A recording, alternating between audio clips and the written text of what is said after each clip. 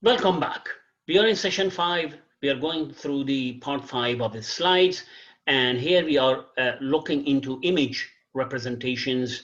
And we want to understand different types of data that is coming at us. So at this time, we are looking at part 5, session 5, image representation.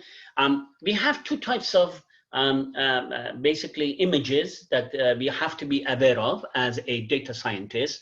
Let me explain what the two types predominantly we need to be aware of. One of them is called raster, the other one is called vector. In the raster, as you can see, you can potentially see it clearly if you have been in a distance. As you get closer to the image, it's going to be actually a little bit blurry. Let me show you what I mean. This is a raster. So when I say VS, and if you have it as in a long distance away from your eyes, you could potentially see everything is in very good shape. But as soon as you get closer and closer to the picture, you're going to actually see a little bit of a fuzziness. The image is actually built upon pixels. And obviously the pixels we are talking about are actually in the form of squares, very tiny squares. And the color and the shape and everything else is going to come along when you combine the pixels together, and that becomes V and S. On the other hand, vector representation is different. Vector representation is often, if you take a look at this example, for example, it is often using equation. Why? There is a difference in this. First and foremost, when you have vector representation, you can scale it. You can go close, you see the same thing. You can go far away, you can see the same thing.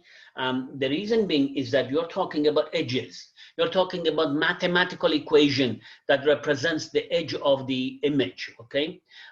Let me once again show you what I mean by this one. For example, if you take a look at this one, this is my curvature. I'm actually representing the edge of this kind of a finger, I would say, using a semicircle, a quarter of a circle. I could potentially make it even more accurate by making it smaller. So it's going to be a small equation, a small equation, a small equation, a small equation. Each one of them may have their own radiuses and may own a diameter. And it could be the complete circle, it could be part of the circle, and that's how I'm going to represent it. This is a vector representation. But if you go with the pixel is going to be rectangular, often a square, and the intensity of the blackness and whiteness and the color and everything else is going to be visible. Let's take a look at a very interesting example. Take a look at Mona Lisa. Mona Lisa. So if this is a Mona Lisa, so I'm sure you have heard of that name before. This is a very nice picture of a Mona Lisa.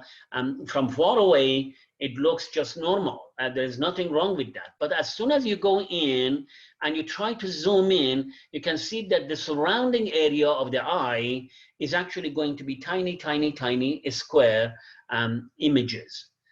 Take a look at this. This looks like a pixel-based image of Mona Lisa. And the resolution is going to identify how good the image is going to be to you. That's why we could potentially have what we call megapixel images and kilobyte and megabits and so on, 100 megabits. And pixel images and so on. So take a look at this.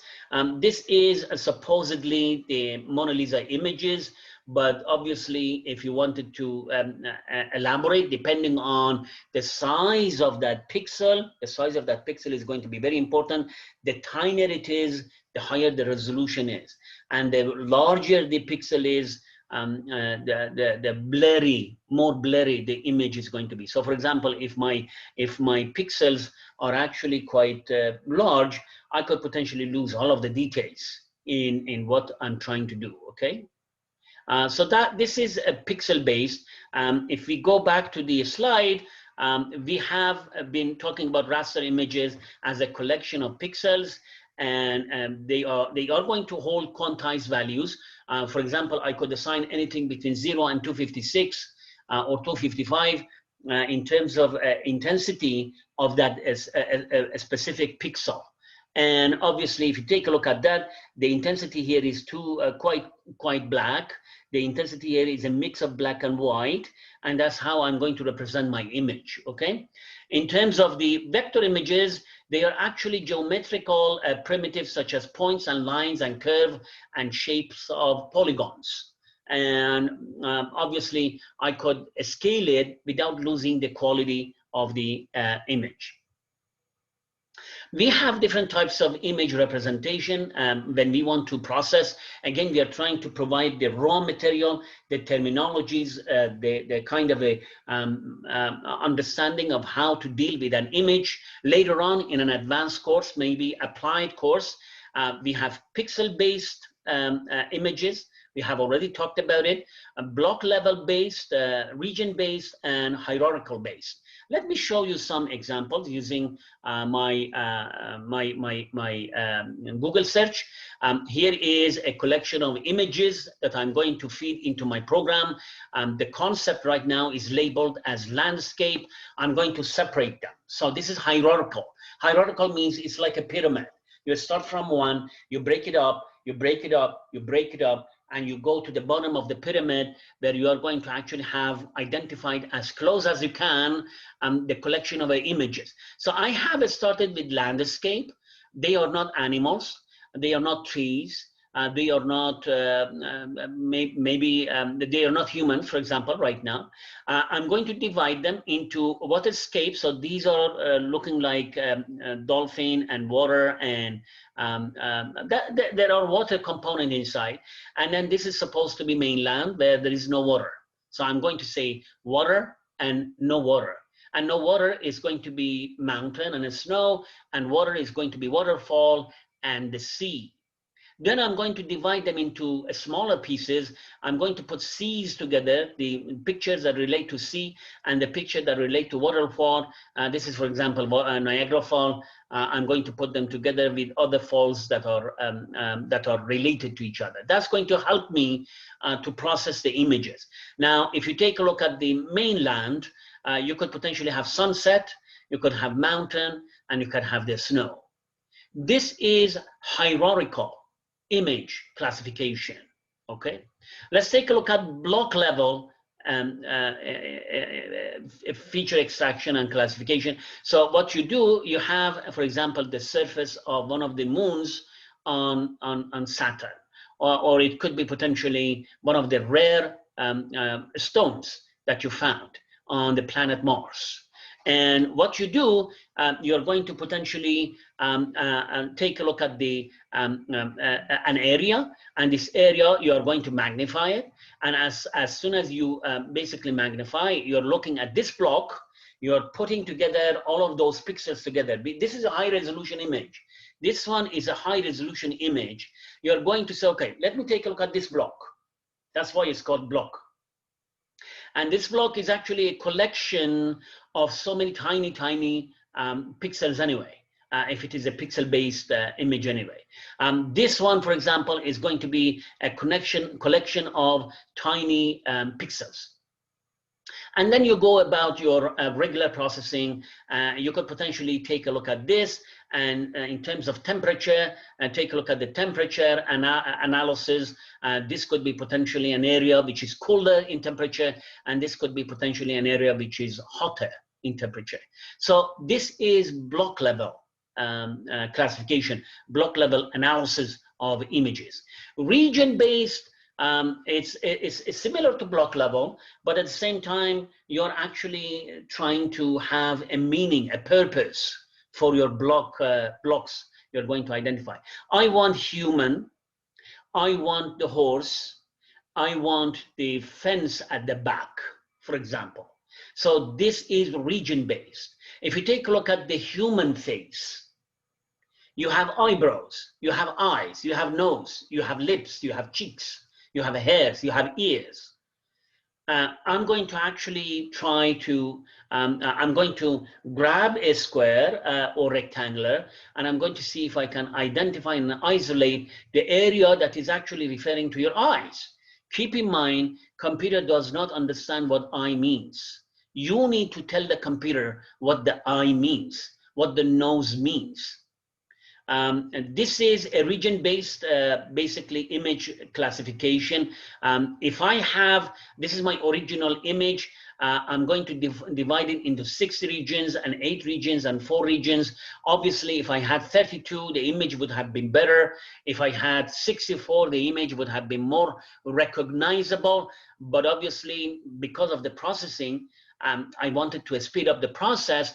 I may actually reduce the number of regions from 64 to 32, from 32 to 16, from 16 to 8, all because I want to provide some processing in real time. So you can control the number of regions that you want to actually basically utilize, okay? And pixel-based, we already talked about Mona Lisa and pixel-based analysis. Let me see if I have any example on the pixel-based analysis. So this is supposedly a geographic map of the Kuala Lumpur, and I have different areas, and I'm going to actually look into the pixels, different. So the pixels is going to be all of the little things, very tiny, tiny pixels. But we have also something called region-based, and the region-based says, okay, let's put together all of the roads together. Let's put together all the trees together. Let's put together all the buildings, civil buildings together, and so on. So that's what makes, you need to be aware as a data scientist how you want to analyze. Maybe your approach is going to be successful in pixel-based, but it's going to take a long time. Maybe you want to start with block level design classification to speed up the process, narrow it down instead of spreading all of the processes to all of the pixels, which would be 1 million, perhaps 10 million, perhaps 100 million. You could potentially just say, okay, I want to focus on the block. I want to focus on the region. And then your entire processing power is going to focus on the region. And then you could potentially do hierarchical as well. And these are all explained in text. You could potentially see them in the slide. Again, it depends on the level of abstractions. You want to have low level, intermediate level, or high level. High level potentially is going to be semantic representation. Low level is going to be quite at the very detailed level. So you're going to talk about the statistical approach. Now, in terms of images, you need to be well aware of color and texture and shape and perceptions. And each one of them has a meaning. Let's take a look at the color, for example. You remember RGB color, we have the green, we have the blue, we have the red, and that combination could potentially give you yellow and a bit of white and different types of intensity. It all depends on whether you're going to have a true color or you're going to, but RGB is one example you need to be aware of. When we talk about the color, we need to know about the hue. The measure of the color of the object is expressed as an angle. Saturation, a measure of the richness of a color. So this is something that is going to represent the saturation. As you can see, this is going to be a lot more saturated compared to this one. Luminance, a measure of the amount of ambient light in a color. So if I call this, consider this color, then the light, then it's going to actually show you the way that the color is moving. You need to be aware of what color means. And often you may have to deal with images that are taken in color and they are going to interfere with your process. And you need to be, make a decision. Are you analyzing and processing a color image, or are you analyzing and processing a black and white image? So that's what you need to keep in mind. Texture is really the same name as texture. Have you heard of fabric? Fabric that has been used for different purposes, we call texture. So this is really similar to that. Let me give you a better example of the texture. This is a shirt. And the texture is a repetitive pattern I would see. The repetitive pattern is a line, white line, brown line, white line, and maybe red, I don't know. If you take a look at the body of this tiger, the texture is those dots and everything else. If you take a look at this animal, again, you can see the texture here. If you take a look at the banana, you could potentially see what the texture means. Texture, let me show you perhaps. So these are textures. And I wanted to see. So basically, you can when you want to study the surface of the moon, the surface of the Mars, you need to divide the images into different textures, and each texture could potentially help you identify the minerals, identify the terrain, identify the depth. Is it a mountain? Is it a valley? What is that going to be? So that's going to be texture. Now, in terms of shape, you could potentially decide the shape of your own. And this is the shape I chose. This is my shape. It could be a shape of a W, for example.